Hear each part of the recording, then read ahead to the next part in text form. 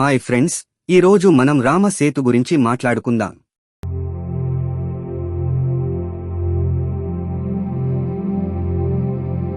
కొందరు దీనిని Adams bridge అని పిలుస్తారు, మరికొందరు దీనిని రామసేతు అని పిలుస్తారు. భారతదేశం మరియు శ్రీలంకలను కలిపే సున్నపురాయి లోతులేని నిగూఢమైన ప్రాంతం. వేల సంవత్సరాలుగా ఇది విశ్వాసం మరియు వాస్తవాల మధ్య, పురాణాలు మరియు ఆధునిక శాస్త్రాల మధ్య వారధిగా ఉంది. కాని రామసేతు వెనుక ఉన్న అసలు కథ ఏమిటి?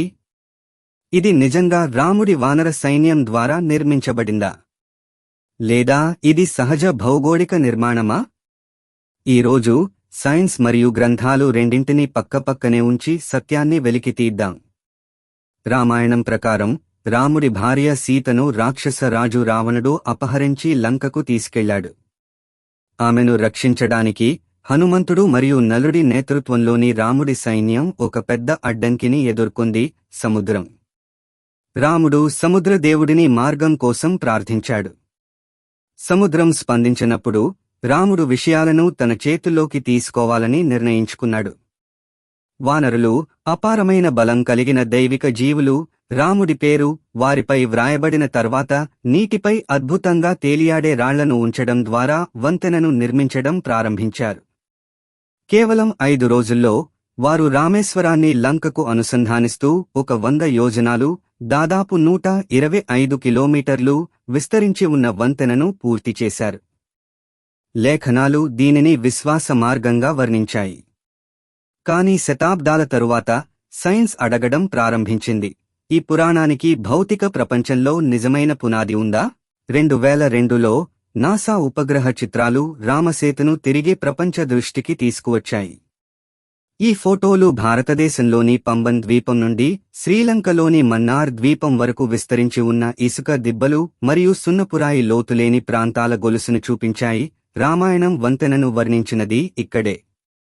చిత్రాలు నిర్ధారించినట్లుగా అనిపించింది, సముద్రం కింద నిజంగా వంతెన లాంటి నిర్మాణం ఉంది. కానీ ఇక్కడే సైన్స్ చర్చలోకి ప్రవేశిస్తుంది. ఇది మానవ నిర్మితమని వారు ఎప్పుడూ చెప్పలేదని నాసా స్పష్టం చేసింది. వారు కేవలం 7000 సంవత్సరాల పురాతనమైన సముద్ర మట్టానికి కొంచెం దిగువన ఉన్న సహజ నిర్మాణాన్ని గమనించారు. కాబట్టి ఇది భౌగోళికమా లేదా పురావస్తు శాస్త్రమా? రామసేతు అనేది ఇసుక మరియు పగడపు దిబ్బలు పేరుకుపోవడం వల్ల ఏర్పడిన లోతులేని బండరాళ్ల గొలుసు అని భూవిజ్ఞాన శాస్త్రవేత్తలు వివరిస్తున్నారు. జియోలాజికల్ సర్వే ఆఫ్ ఇండియా అధ్యయనాల ప్రకారం ఈ నిర్మాణం సహజమైనది, కాని ఆసక్తికరంగా ఇసుక మరియు రాళ్ల వయస్సు సరిపోలడం లేదు. రేడియో కార్బన్ డేటింగ్ మరియు థర్మోలుమినిసెన్స్ పరీక్షలు కింద ఉన్న ఇసుక దాదాపు 4000 సంవత్సరాల పురాతనమైనప్పటికీ పైన ఉన్న పగడపు నిర్మాణాలు చాలా చిన్నవిగా ఉన్నాయని చూపిస్తున్నాయి. ఎవరో ఇప్పటికే ఉన్న సహజ నిర్మాణంపై రాళ్లను ఉంచినట్లుగా. ఇది పరిశోధకులను అయోమయంలో పడేసింది, ఎందుకంటే ఈ నమూనా రామాయణం వర్ణించిన దానితో స్థిరంగా ఉంది. మానవ ప్రయత్నం ద్వారా బలోపేతం చేయబడిన ముందుగా ఉన్న సముద్ర మార్గం. ఆధ్యాత్మిక ప్రపంచంలో రామసేతు కేవలం ఒక వంతెన కాదు, ఇది విశ్వాసం, జట్టుకృషి మరియు దైవిక సంకల్పానికి చిహ్నం. వాల్మీకి రామాయణం వంటి హిందూ గ్రంథాలు మరియు రామచరితమానస్ వంటి తరువాతి సంస్కరణలు అన్నీ ఈ వంతెనను అద్భుతమైన భౌగోళిక ఖచ్చితత్వంతో వర్ణించాయి. ఈ గ్రంథాలలో ప్రస్తావించబడిన రామేశ్వరం ప్రదేశం నిజమైన ప్రదేశం. వంతెన ప్రారంభమయ్యే ధనుష్కోడి ప్రాంతం కూడా భక్తులకు పవిత్రమైనది. సేతు ప్రారంభానికి గుర్తుగా రాముడు తన విల్లును గురిపెట్టిన ప్రదేశం ఇక్కడే అని నమ్ముతారు. కాబట్టి ఇవి యాదృచ్ఛిక సంఘటనలా లేదా పురాణాలు నిజమైన సంఘటనల జ్ఞాపకాలను భద్రపరచగలవని రుజువులా? ఇటీవలి దశాబ్దాలలో రామసేతు భారతదేశంలో రాజకీయ మరియు మతపరమైన చర్చలకు కేంద్రంగా మారింది. సేతు సముద్రం షిప్పింగ్ కెనాల్ ప్రాజెక్ట్ భారతదేశ తూర్పు మరియు పశ్చిమ తీరాల మధ్య నౌకలకు సత్వర మార్గాన్ని సృష్టించడానికి ఈ ప్రాంతాన్ని తవ్వాలని ప్రతిపాదించింది. కాని ఈ ప్రణాళిక వ్యతిరేకతను ఎదుర్కొంది. రామసేతును పవిత్రంగా భావించే మత సమూహాల నుండి మాత్రమే కాకుండా ఈ సున్నితమైన సముద్ర పర్యావరణ వ్యవస్థను భంగపరచడం వినాశకరమైనదని హెచ్చరించే పర్యావరణవేత్తల నుండి కూడా. నేడు ప్రాజెక్ట్ నిలిపివేయబడింది మరియు రామసేతు తాకబడలేదు. విశ్వాసం, వారసత్వం మరియు విజ్ఞాన శాస్త్రాన్ని సమతుల్యం చేస్తుంది. బహుశా అసలు ప్రశ్న రామసేతు సహజమా లేక మానవ నిర్మితమా అనేది కాదు. అసలు ప్రశ్న ఏమిటంటే, సైన్స్ మరియు విశ్వాసం రెండూ ఒకే సత్యాన్ని వేర్వేరు కోణాల నుండి చూడవచ్చా?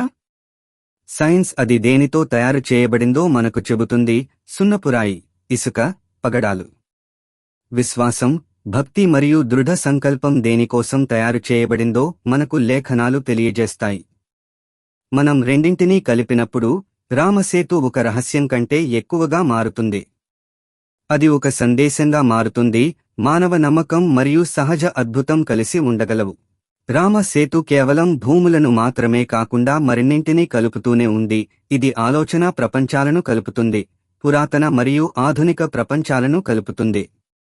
మీరు దీనిని దైవిక సృష్టిగా లేదా సహజ అద్భుతంగా చూసినా, ఒక విషయం కాదనలేనిది, ఇది నేటికీ విస్మయం, ఐక్యత మరియు ఉత్సుకతను ప్రేరేపిస్తుంది. కాబట్టి నాకు చెప్పండి, మీరు ఏమి నమ్ముతారు?